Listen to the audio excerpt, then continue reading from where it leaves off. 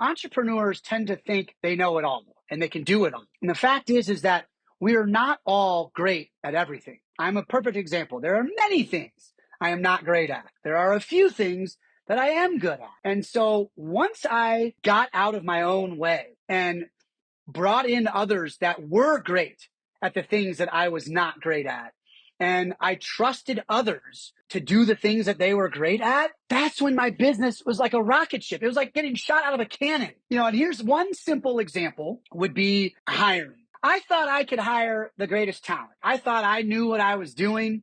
And quite frankly, I was terrible at evaluating talent, nor was I that good at developing talent. Once I got out of my own way and went to a recruiting firm. I went to a company that focuses on finding the right talent, finding those A players, and helps you bring them on board. That's when I started getting the right people in the right seats. I started getting A players who were already ready to hit the ground running. You're listening to RevOps Champions, a podcast created for B2B leaders to help you align your people, streamline your processes, trust your data, and leverage technology in order to grow your business.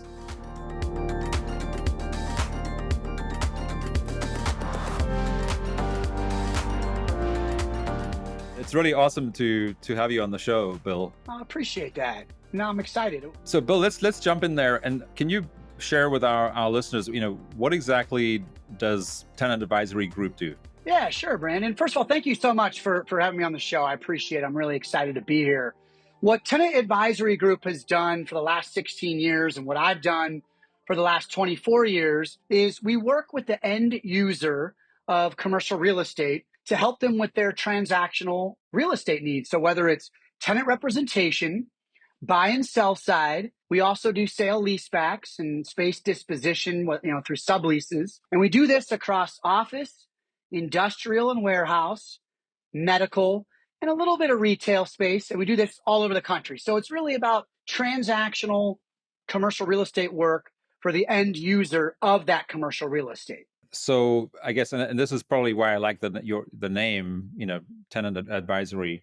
So you're really focused on the tenant side of the commercial real estate business. So a tenant is somewhat of a misnomer because we're not just working with tenants. We are also working with buyers and sellers. But the bottom line is, when I say we're working with the end user, it means we don't really work with developers. We don't work with landlords to help them lease their space. Unless that landlord, we help them buy their building and they ask us to lease the space up for them, we'll do that. But in general, we're working with the tenants, the buyers and the sellers to represent their best interests in a transaction. Sure. Yeah, which makes sense. I mean, you need all those parties to be, part of a contract, right? I mean, you cannot just have one party in any kind of relationship. Well, Brendon, you're so spot on because every single time the landlord or the property owner, they always have representation, right? They always have experts on their side making sure they get the best deal possible. So why shouldn't the tenants and the buyers also have expert representation making sure they're getting the best deal possible? Absolutely. So, and then Bill, so you're based in Chicago, but you said you work pretty much all over the country. I'm guessing you started in Chicago? That's correct. Yeah, I came to Chicago right after I graduated college in the year 2000, kind of dating myself a little bit, but that's all right. So you're still a spring chicken, yeah. I feel young. Get certain days, it's other days, not so much. But no, it's I started my career here in Chicago and mostly representing local businesses.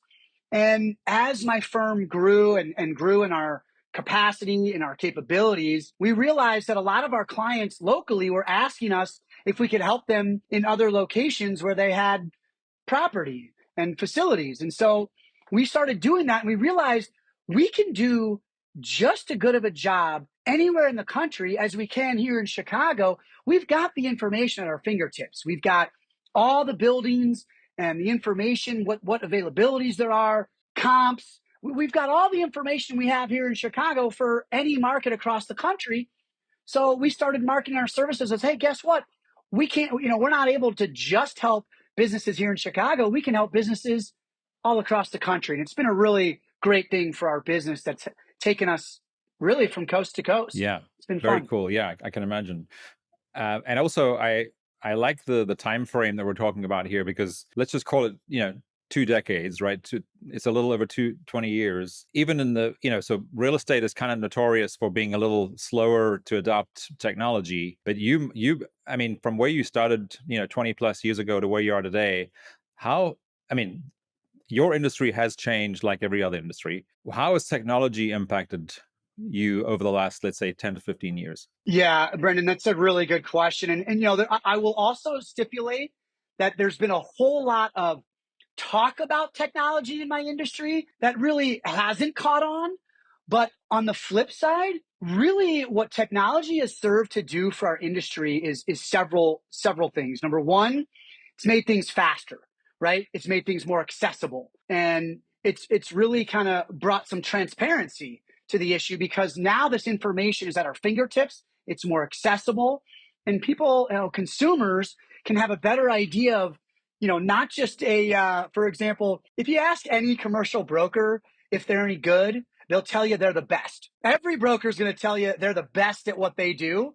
And what technology has really allowed for consumers to do is to go beyond that person's word, right? That broker saying, hey, I'm the best, you got to work with me. Now the consumer has such review sites as Yelp, Google, Facebook.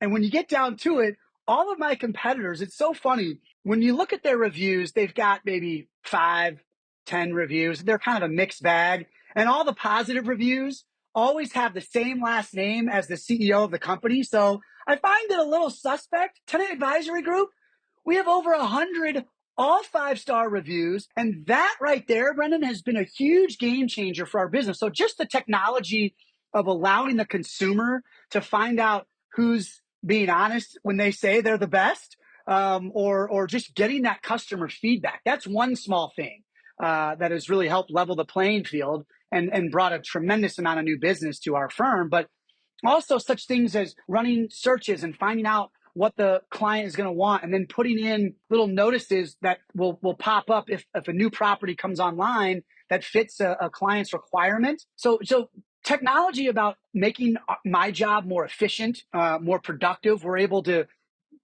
run more effective searches. We're able to get through the process a lot smoother with better communication and better sharing of information. So technology has really just made our industry more accessible, is what I would say, to the consumer, because a lot of that information in the past has been you could only purchase it. Well, now there's other sites out there where the consumer can access information a lot easier. We can produce information and share it a lot more effectively and easier. And at the end of the day, it's all about a better customer experience. That's what it should be about, right? When you're in business, it's about delivering a better experience for your customers. And that's exactly what I believe technology has served to do over the past 20 plus years. Wow, that's really cool the way you wrap that up, because that's exactly how we think about it.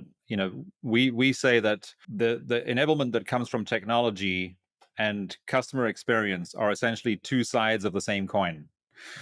And for anyone who's listening who is thinking about potentially investing a little more in technology to make their business more efficient, don't think about the efficiency and productivity piece. It's think about how can you improve your customer experience. That's the easiest way to think about it, to come up with the best solutions, I think. Yeah. Well, you're spot on. I had a comment recently from somebody after I had won an award about best broker or best brokerage firm, some award. We get a lot of them, so I can't remember the Congrats. specific one, but thank you. The point is, he said, look, you didn't start your business. You didn't set out saying you wanted to deliver a mediocre experience for your clients. You set out with a goal of delivering an exceptional experience for your clients, and all these rewards and awards are just confirmation that you're doing what you set out to achieve. And to your point, Brendon, it's about the customer experience. And so earning these awards and earning this recognition, it just assures us that what we're doing for our clients is exactly what we set out to do in the beginning, which was deliver an exceptional experience. Yeah, yeah. And which is why coming back to what you were saying earlier about in any industry, including yours, it's a relationship business, and people will say that they're the best because I think they really do believe that they have their clients' best interest at heart. The question is, how do some execute better than others so that they actually do provide a better experience and a better product at the end of the day, right? I am thrilled you asked that question, because that's something I touch on a lot when I'm pitching business. Is my previous experience working with other firms, just the culture and the things they talked about, they never mentioned do what's right for your client. Put your client's best interest first. Hey, maybe you can delay your commission so your client can get this deal done, or maybe you can take a smaller commission so this can work for your client. I never heard that, ever. It was always, well, what can you do to get a bigger commission? What can you do to close this deal faster so you can start working on the next one? It was always about the real estate company and the broker and how we could make more. It was never about doing what's in your client's best interest, which is exactly what we are hired to do as a fiduciary for our clients. And so I've got many examples memorialized both in client testimonials and client Google reviews about how TAG did just those things, delayed receipt of our commission. We've done that on many occasions, whereas I never heard of it when I was with the bigger firms. We have accepted lower commissions so the financials could work for the landlord and our client so the deal could get done. I remember one time I even took my commission, used it to pay my client that was a not-for-profit to pay their security deposit, and gave my client an interest-free loan over 6 months to be able to pay that back. You don't hear about things like that with the big firms, right? I don't need to name names, but we know who they are. They won't allow that. You can't do that at firms like that. But being a small privately held firm like my own, we are allowed to do certain things that very distinctly and clearly put our client's best interest first. One other thing I want to touch on, Brendon, in response to that question, a big thing in terms of how do you put your client's best interest first, it is those testimonials, right? It is in those reviews where you see that we're pushing a little bit more, a little bit further, to make sure our clients get the best deals, because as you just said, it is a relationship business. I realize we're compensated transactionally. So it's very easy to fall into that trap of get the deal done, get paid, move on to the next one, because that's how we're paid. But I look at it as a relationship-based business because I want that client to come back to me for their expansion, for their renewal, for their next lease in another city. I want that client to refer me to clients of theirs. I want that client to have the best deal in the building. So when they're talking to other tenants, those tenants can go, wow, you have a way better deal than I did. Can I get your broker's name? And that is how we've grown our business, is on the backs of our clients by doing good work for them, by putting their best interests first. We earn their repeat business, we earn their referrals, and we earn their testimonials and Google reviews. So I just said the proof is in the pudding, right? It's in what my clients are saying versus what I'm saying. So, Bill, I mean, I'm not all that familiar with the commercial real estate brokerage industry. So, there's a term in many other industries which I guess really was promoted more by software and technology companies. It's a metric that a lot of these companies use called LTV, so lifetime value of a client, right, or a customer. Is that a metric that exists in the commercial real estate brokerage industry? Yeah, that's a wonderful question, and it really doesn't exist. What I have tried to do to bring something like that to the forefront, to say, look, this is how we should be measured. Because to your point, there really isn't a terrific way to measure the value of these commercial brokers. So two things that we're doing that I think separate us from our competition. Number one is you talk about LTV. I talk about when I can measure it and quantify exactly the value that we're adding. In some cases, it's much easier. Say a client already starts negotiating before they bring us to the table. Well, then it's going to be very clear to see how much value did we add from that point where you stopped negotiating and we started, or taking it from their previous lease to their new lease, right? So when I'm able to calculate it, I have come up with a figure of approximately $15,000 per employee of value added that tag will bring to the table. Now, that could be in reducing the rental rate, that could be in adding free rent, getting tenant improvement dollars, tenant improvement allowance dollars, or reducing the security deposit, reducing the escalations, any things like that.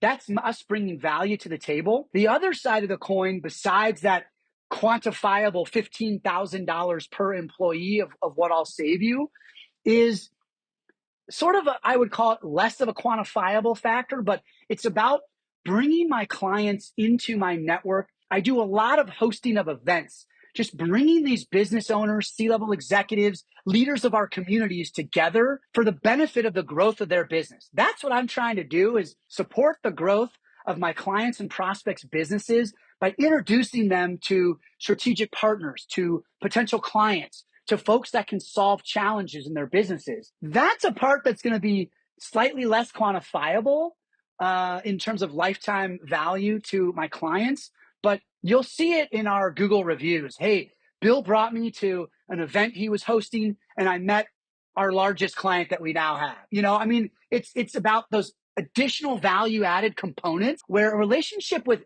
Bill Himmelstein and Tenant Advisory Group, it's not just about the transaction, of which, by the way, I believe I'm going to be able to save you $15,000 per employee or bring that type of value to the table. But also, it's in that less than quantifiable aspect of you're going to be brought into my network where we're going to put you in front of opportunities to meet other potential clients, to meet other leaders of our community that could be good for the growth of your business. Yeah. So those are kind of the two things that we're doing that I think can help quantify it, but also bring other value, value in other ways. But in general, I wouldn't say that there are specific numbers that you can point to and say, well, when I worked with this firm, I got this much LTV, but when I switched to Tenant Advisory Group, I got this much more. It's a little harder to pinpoint, but I mean, I think with your because I think it is a culture that you've created, right? It's you first of all, you take the long-term view, right? And you're very client-centric, and by doing those two things, so you might not be measuring the data around the lifetime value that you're creating, but the point is, as the weeks and months and years go by, you can look back historically and say, actually, this is I now have the data. I'm not too concerned about it, and I don't necessarily need to make decisions today. But I know that by taking the long view and by being client centric or client focused, I'll just keep doing what I'm doing, and it's more than what anyone else is doing. Brendon, you hit the nail on the head there, because a lot of the clients that we have, they have worked on previous transactions with other brokers. I will meet these CEOs, these founders, these owners, their CFOs well in advance of their transaction, but I will bring them that value outside of the commercial real estate space by introducing them to the people in my network, by referring them to new clients and prospects, doing things like that. And so half of these clients of mine have worked with other brokers before, but said, look, we haven't worked with you, but we know you're already bringing us value, even when we don't have a transaction going on. And so you're spot on, Brendon. That is really what I think attracts a lot of our potential clients to us, is that even when we're not earning revenue and working, formally engaged with that prospect or business owner on a specific transaction, we're still bringing them value.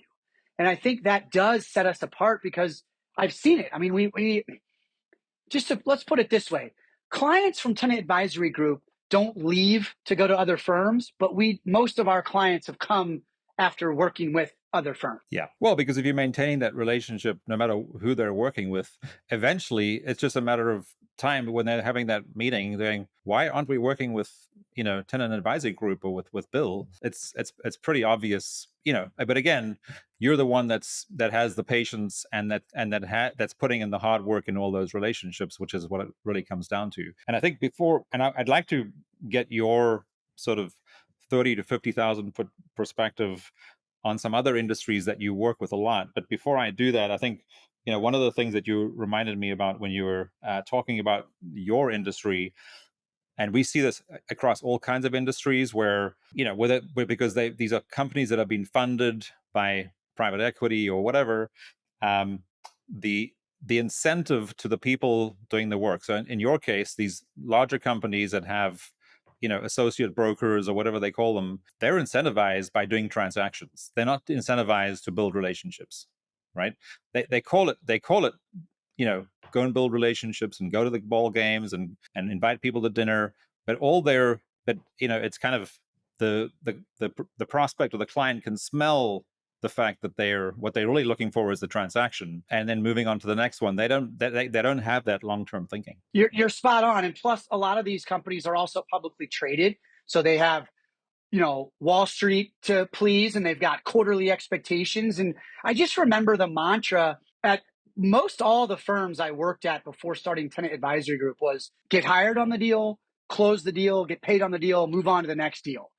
Not much of a relationship basis in there. Not much of a, let's make sure we put our client's best interest first in that mantra. But what I always say is the only shareholder I have to report to is my wife and children. And I ask my wife every year, honey, would you like me to be making more money? Because what that translates to is you will see me less. My children will see me less. I can work harder. It'll just means that I sacrifice time with my family. And every year, my amazing wife, Diana, says, no, I'm happy where we're at. You're doing good work, and we want you to be around the family. And so, to your point, I'm not driven by trying to make the next quarterly projection and making the next results and numbers. It's really about building relationships with the right people and then delivering our clients an exceptional experience. That's what it all comes down to. So I don't have to worry about, this wasn't a great quarter. This wasn't a great 6 months. Even in the pandemic, we didn't have a very good 2020. That year was very bad for us. But it wasn't like an emergency situation. It wasn't like a go out and pound the pavement and generate some transactions. I was able to stay the course, continue to build relationships with the right people, continue to bring value to my clients and prospects. And eventually everybody said, okay, we're on the sidelines long enough. We're ready to get our new space, or we need a bigger warehouse or bigger manufacturing space. And, things come around, but what I've found is that things are far less cyclical when you've built strong relationships. Yeah, no, I mean, we hear that all the time. But then again, so we work a lot with, AEC companies, architecture, engineering, construction, who I'm sure a lot of those people in that space too. And what we found, we did some surveys and some research early this year, and what they're doing is actually they're over-indexing on it's about the relationship. It's all about the relationship, but they have no way of measuring who they invest those relationships with, right? In other words, if you have 1,000 relationships between 20 people, how are you going to decide who to spend most of the time building the relationship with? Is it the one who's most likely not going to end up bringing you the next deal, or is it with the ones that are more likely to bring you the next deal? And that's hard to do, but you have to, like you were saying earlier, you got to bring it back to how do you measure the things that you're doing, the way you're spending your time. You said, and I think events are an incredibly powerful way of doing that. Having your own events, inviting people, but whatever you do, you have to be focused on the actions that are going to drive the most important relationships, not just like spread yourself too thin, because then you are going to be working hard, and Diane's not going to be happy because you're trying to spend time with people who are never going to do anything for you.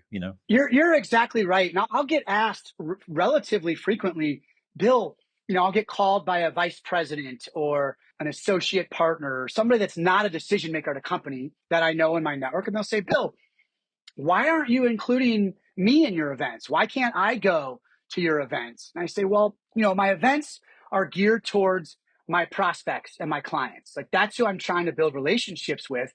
I can't open it up to any Tom, Dick, and Harry that's selling a service or a product, but is not a decision maker of their company, because then they can't hire me, nor can they hire the sponsor. The reason why I'm getting all these events paid for by other businesses is because they also want to meet the owner, the C-level executive, the decision maker at these businesses. And so you're absolutely right. I tell people, well, when a big company like Microsoft or Facebook, or I name the big Fortune 500 company, when they advertise, do they go, let's spread this across everybody and see if we can't get as many eyeballs as possible? No. They go, who's our target market and where can we find them? And that's where we're going to put our ad, right?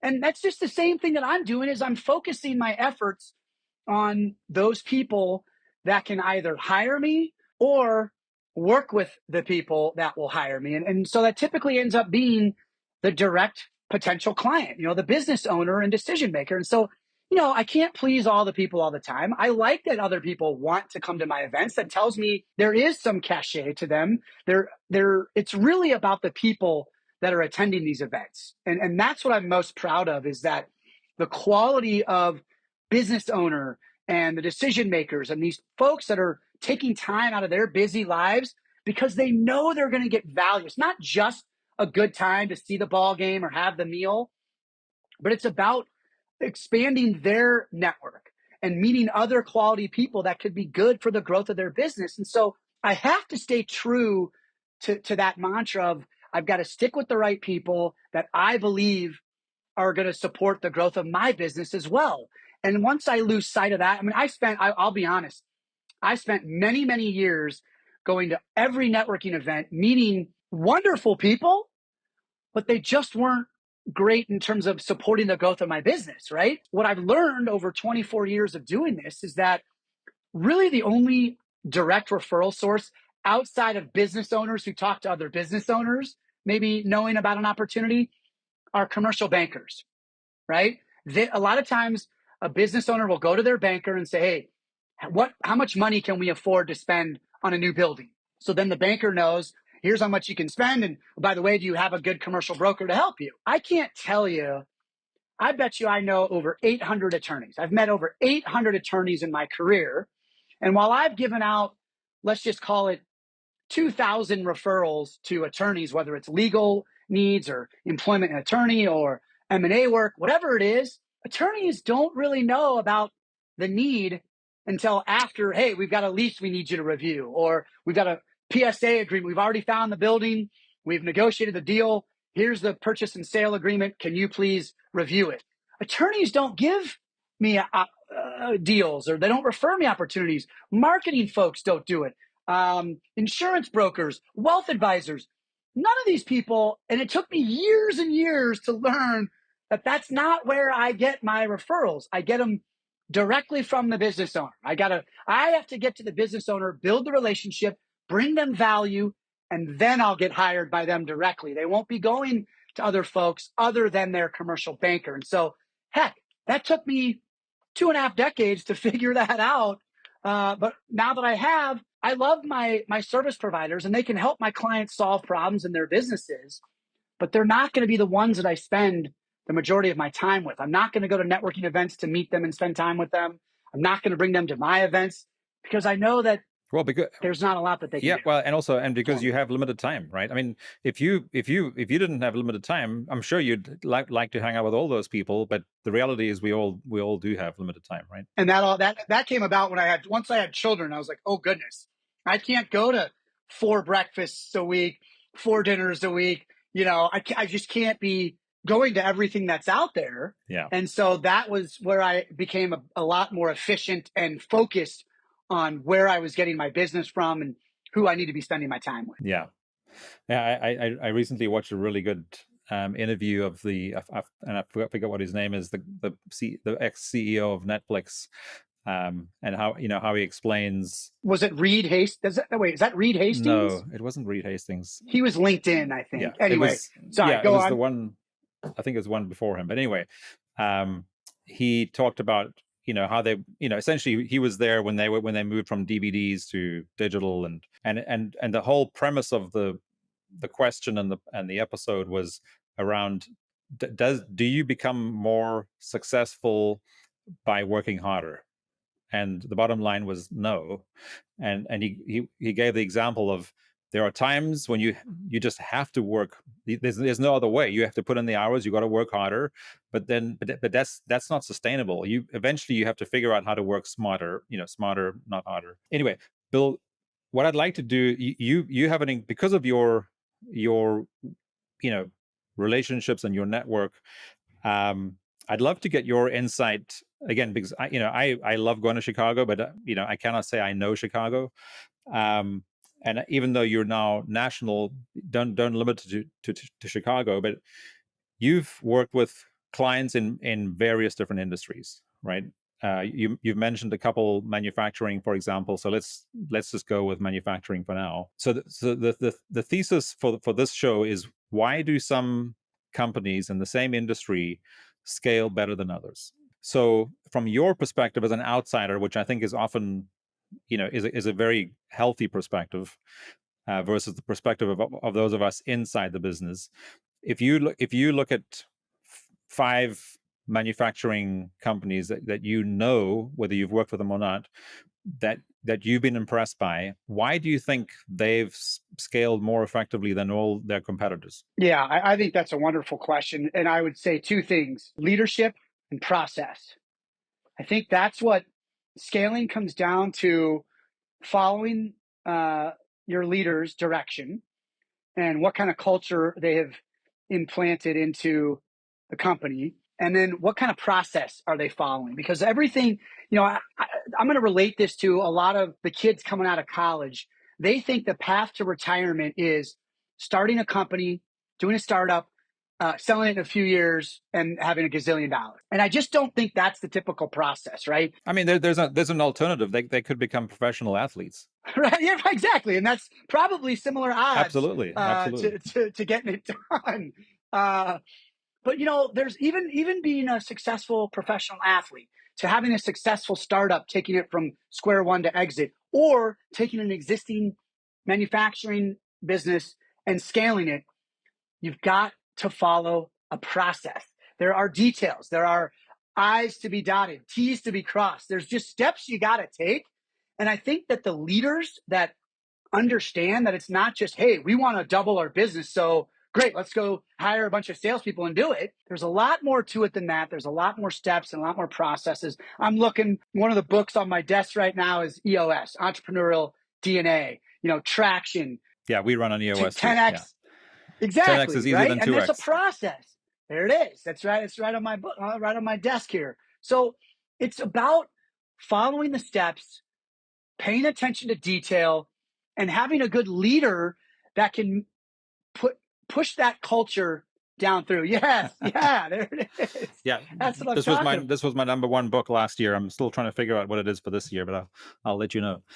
Awesome. No, it's great. We're reading the same stuff, but that's really what I think the difference is. It's leadership that can follow the process and have that culture permeate down through the ranks.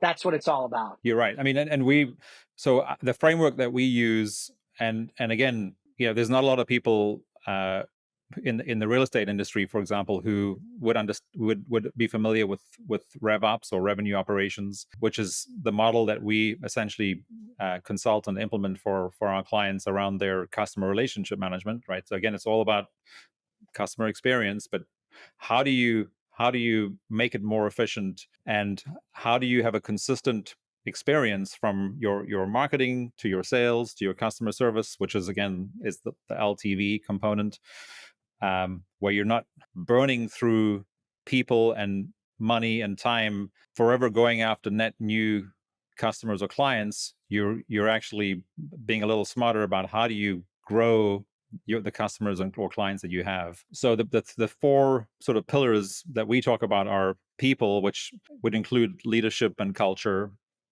The second one is process, which is what you mentioned.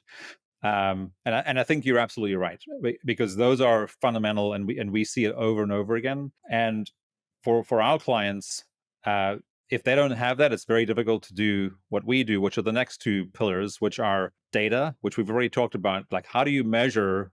You cannot manage what you cannot measure, right? So it's your data, your metrics, your OKRs, KPIs, whatever you call your numbers. And then finally, it's the technology. So, but it has to be done in that order, because we all know that implementing technology, when your data and your processes and your people are dysfunctional, all you're going to doing is making it worse faster. Agreed. Yeah, it's, it starts with that leadership and taking that culture down. I mean, that's where we start, is our core values with our firm, which is be responsive, do what you say you're going to do, and put your client's best interest first. Anybody I hire, I ask them repeated questions in the interview process about those three values. I can't hire someone that doesn't already share those same values, because it's harder to teach that. But that's, to me, it's about that pervasive culture from leadership and the executive team down through the salespeople, down through the operate. I mean, everybody's got to have that same mindset, but that's kind of how our culture starts, is, that's what I'm going to focus on, and I'm going to make sure that everyone else is doing the same thing. Yeah. Yeah, that's again would fit into that leadership piece. Absolutely.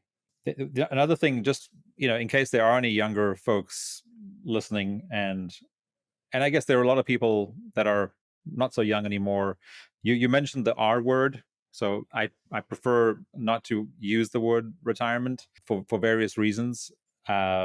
Again, because I think it's another one of those mindset things, that. In fact, so Dan Sullivan, who co-authored the book 10x is easier than 2x, he talks about how the 20th century, so last century, or as my kids say, the 1900s, it was the century of management, whereas this century is the century of coaching, which comes back to, your first response was leadership. Leadership is about coaching. It's not about being a boss anymore like it was in the 1900s. The other thing is the mindset that it's really, really hard, because so many of us, psychology through and through talks about the power of the relationships that we have with the most important people, the most influential people in our lives, typically our parents and our grandparents, if we're fortunate enough to have had all of those. But there's a downside to that as well, which is, the world is changing. So the goals for our grandparents, who, in many cases had survived one or two wars, which was then passed down to our parents, who thought, well, we've got to retire at 60 or 65 because, we might be dead by 70. That's no longer, something that the young folks, I have 3 kids in college right now, and I hope that they don't think that, they have to figure out how to live, life fast until they get to 80 and die, because I think they're going to live, into their hundreds. So it's going to be really hard to retire financially for most people if you're planning to live until you're 80. Anyway, but that's more of a side note. Well, Brendon, I think what you're touching on too is a life of balance, and I think we're starting to kind of get back towards, the definition of success. It's not how much money you put in your bank account. Maybe for some, but really it's each person's own definition. And I think most people would probably agree that the definition of success is you having a happy and fulfilled life, right? To me, that's successful. If you've got a family that loves you and wants to be around you, and friends and folks that enjoy being around you, that's pretty successful. So I think that's something where, and I've been in groups before, Entrepreneurs Organization was one of them, where they have 2 different businesses they talk about.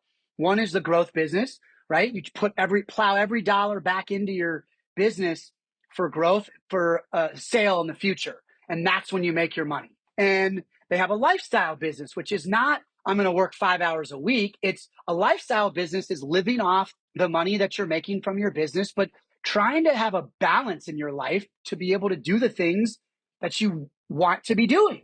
That's the ultimate of being successful, is having the time to do the things that you want to do. And that's something that I was fortunate enough to be taught by my parents about, how to take money and invest it so that it's now working for you. Now you can earn passive income So earning that income from your day job is not as important. It's not as, certainly not as stressful. And it allows you to have the flexibility to say, you know what, I'm going to put my pencil down at 4 p.m. I'm going to go hang out with my children. Now I might come back to the computer, do a little work after my kids are asleep, but giving yourself the time to do the things that you want to do, I think is incredibly valuable, incredibly important. And I think we're starting to, that's one thing I believe our younger generation is getting right, is this quality of life thing and this balance of, hey, I don't want to work 80 hours a week. And I'm not knocking that. Some people do that and they get ahead, and God bless them. Good for them. But I think a lot of our younger generation is teaching us that it's really about how you're spending your time and are you doing the things that you want to be doing. And I think our younger generation doing a good job of teaching us older folk, that is important. Yeah, I agree. I mean, apart from the very, very powerful challenges of these young folks dealing with social media and the influence of that, I do believe that, so for our generation and the generations before us, we unfortunately all fell into the trap of measuring success by everybody else's standards, right? I think what, even it doesn't have to be Gen Z, but even, a lot of the smart millennial people in my life realize that they've defined success for themselves, which has nothing to do with what everyone else told them success needs to be, which again is what I grew up with, like so many other people, and had to struggle to break loose of that. Actually, that success doesn't actually appeal to me. I need to define my own success. And I do agree that the young, the younger generations are gonna change how we think about those things. Okay, so coming back, Bill, quick to, you talked about leadership and process being why some of the companies that you've had sort of a front row seat watching, grow and do the things that they do by, moving from one location or factory or warehouse to another. What else is there apart from leadership and process that you think differentiates them or has led to their success? Yeah, I mean, I am going to kind of come back here to the leadership. And one of the key things that I think leadership can do, and this was a huge transformational moment with my business and my career. And that was, entrepreneurs tend to think they know it all and they can do it all. And the fact is that we are not all great at everything. I'm a perfect example. There are many things I am not great at. There are a few things that I am good at. And so once I got out of my own way and brought in others that were great at the things that I was not great at, and I trusted others to do the things that they were great at, that's when my business was like a rocket ship. It was like getting shot out of a cannon. And here's one simple example would be hiring. I thought I could hire the greatest talent, right? I thought I knew what I was doing. And quite frankly, I was terrible at evaluating talent, nor was I that good at developing talent. Once I got out of my own way and went to I went to a recruiting firm. I went to a company that focuses on finding the right talent, finding those A players, and brings them on board, helps you bring them on board. That's when I started getting the right people in the right seats. I started getting A players who were already ready to hit the ground running. And it was such a beautiful thing. And to this day, the best team members I've ever had are ones that I've gone to a recruiter to find for me. And that's just one example. But having those types of businesses where the leadership realizes, hey, look, I'm not the one that can do all these 10 things well. I'm going to focus on these 2 or 3 things, and I'm going to do them very, very well. And these other 7 or 8 things, we're going to bring in the right people that can do those things really well. They're going to experience similar results, which is growth and success and scaling. So I think that's something that's really important that should come from the leadership is rather than getting in the way, is getting out of the way, trusting others. That culture component, I think, is very important. And that again comes from leadership. there might also be a lot to be said with how that leadership and the rest of the team are treating both people internally and externally. My father said it as never burn a bridge, because you don't know if you're going to need to cross that again in the future. But it's just about treating others with respect, treating others how you want to be treated, I think can go a long way. It's not just internally with your team members treating each other, but it's how you treat your vendors, how you treat your clients, how you treat your service providers. It really, that type of stuff goes a long way, and it comes back to either help you or hurt you in the long run. Yeah, I totally agree. I mean, it always comes down to people, right? We're always, and I guess for us, it's a good reminder that we come across a lot of clients who come to us for help to help them figure out the technology and the data component in their business. But we know from experience it's really, really hard for us and them to be successful if they don't have the people, the culture, the leadership, all figured out. And so it's easier for us to sort of dig into their processes, because we have to know, like, what is your marketing process, what is your sales process, what is your customer service process. So, and that's because it's very factual, right? But the soft stuff, which they say is the hard stuff, which is all the people and the culture, it's really hard to know that they've got that right, because we know that if they don't, it's really going to be hard to improve it by using technology. You're absolutely correct. I mean, I can remember when I had mediocre team members, it just felt like I was always swimming upstream. No matter what happened, we could bring in the greatest clients and have the best deals to be working on, but I always felt like I was just deep in the woods, trudging through muddy. I mean, it was just slow and horrible and everything was tough.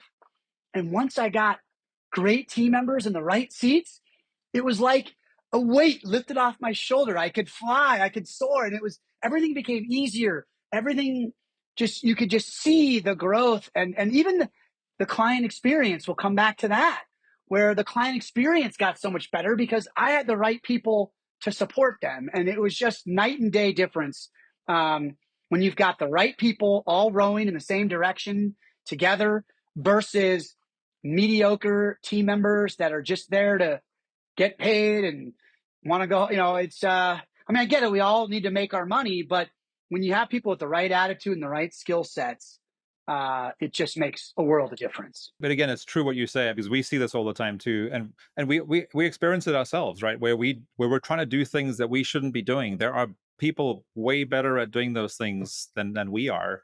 And I think the recruiting example you gave is perfect. And as you know, one of the prequels to this book was who, not how. And I think you just sort of reminded me that you can take it to the next level, which is, once you figured out what that who looks like, what does that job description look like, but more important, like, what are the core values that you're hiring for? Hand it over to a professional expert recruiter, and they can spend their time, which is what you're paying them for, to find the right candidates. And so that you can focus your time on your unique abilities and the things that the business needs you to do, right? Well said. Yeah. Bill, before we wrap up, I always like to ask two questions. One is, what is a challenge or struggle that you've had in your business, where you thought, oh my God, this is gonna kill me, but in fact you came out the other side, and you're actually grateful that it happened? Yeah, at first I was going to talk about the people side, but we did kind of already touch on that. And so I think for me, COVID was a really, I would say, pivotal and transformational moment, because going into COVID, we had about 38 clients. And once lockdown happened, 36 of them said, stop, don't do anything. We don't know what we're going to do. Just stop. We're going to put everything on hold, which was 95% of my revenue. Just poof, gone. And that was really a scary time for me. it was just like getting kicked in the stomach. It's never happened to me. I've imagined that's what it would feel like, because just the air came out of me. The wind came out of my sails. I didn't know what to do. And what we ended up doing prior to the pandemic, we always did industrial, warehouse, buy, sell side, sale leasebacks. We always did that. I just mostly focused on the office sector and downtown office space. And that's predominantly what went poof, gone. So, there were days when I was wondering, is there another industry I should be in? Like, should I switch gears here? And we're talking 22 years that I've dedicated to this industry at that time.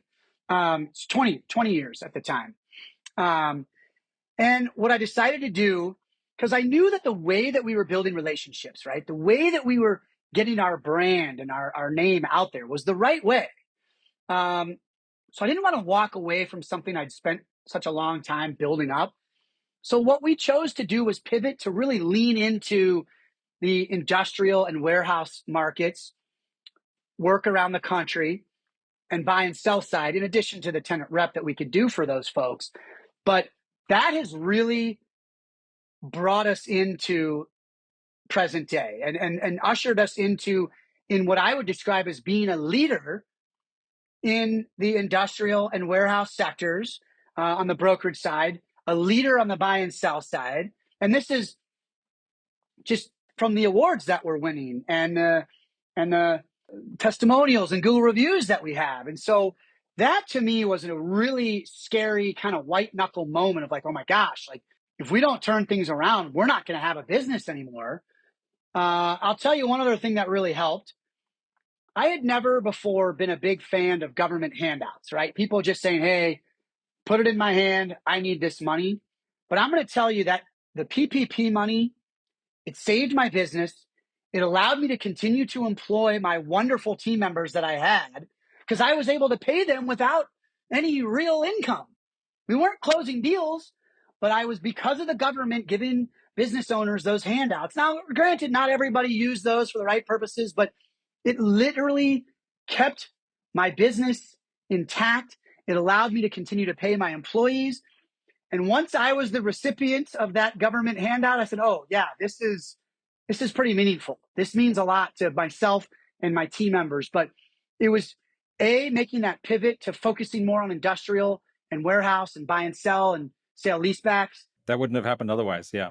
Not at all. So that was my pivotal moment. That was just transformational and really, really saved us. It is interesting, and I've been and I still am in groups like, you're an EO, and I swear by those kinds of groups to have people to sort of talk through these things with. But one of the things that we've seen over and over again is that the highest highs are typically followed by the lowest lows, right?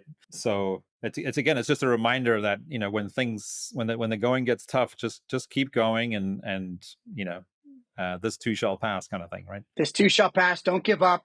You got to keep working. And we ended up giving away a tremendous amount of advice and services. I mean, we were helping companies get free rent and rent abatement and rent reduction. We were helping so many companies without any compensation. And I remember people saying, Bill, why are you doing that? I was like, look, these companies need the help. They need it. And I'm going to be the one that helps them and gives it to them.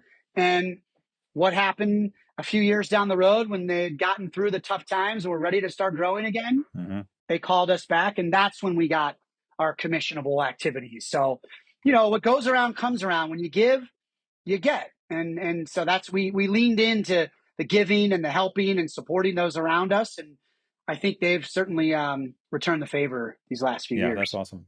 And then, Bill, to wrap up, the last question. So if you picture, whether it's your manufacturing clients or any other clients, but the leaders in those companies, what is one piece of advice you'd like to give them here as we sort of wrap up 2024 and head into 2025? Yeah, I mean, if we're going to stick in the real estate theme, especially in the industrial, manufacturing, warehouse sector, it's an incredibly tight market. There's very little supply. There's very high demand. So what I would say is lean into the process of finding that next space. Start early. Get yourself a broker that knows how to so to speak, skip the line when there's a bunch of people, a bunch of businesses waiting to sign a lease or purchase a property.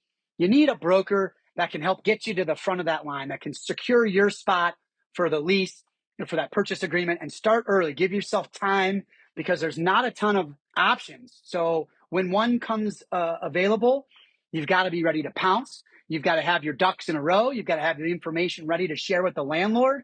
And you've got to give yourself a little bit more time than what you have in the past, because there's so little supply that you really need to give yourself that time to find the right opportunity. So really, timing is going to be everything in commercial real estate going forward. And so that's my advice to these leaders is, as your businesses are growing, don't wait till the last minute to start looking for that bigger plant, that bigger warehouse. Start early and start with the right broker, that right advisor who's going to have your interest at heart and be able to skip the line once you do find the right space. Right.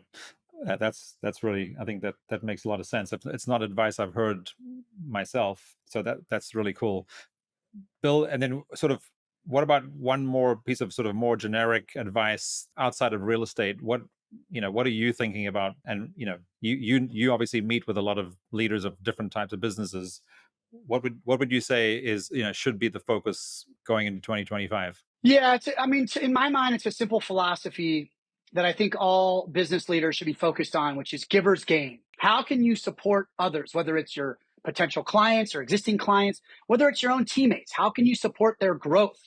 Because, the old adage of that story of the CFO talking to the CEO, and, the CFO says, well, what if we train our employees and they leave? And the CEO says, what if we don't train our employees and they stay? Yeah. And to me, that's a giver's gain mindset. It's about supporting the people that you work with, whether they're your team members, whether they're your vendors, whether they're your clients or prospects. Do what you can to support others. And my experience has been that what you're giving out will come back to you in spades.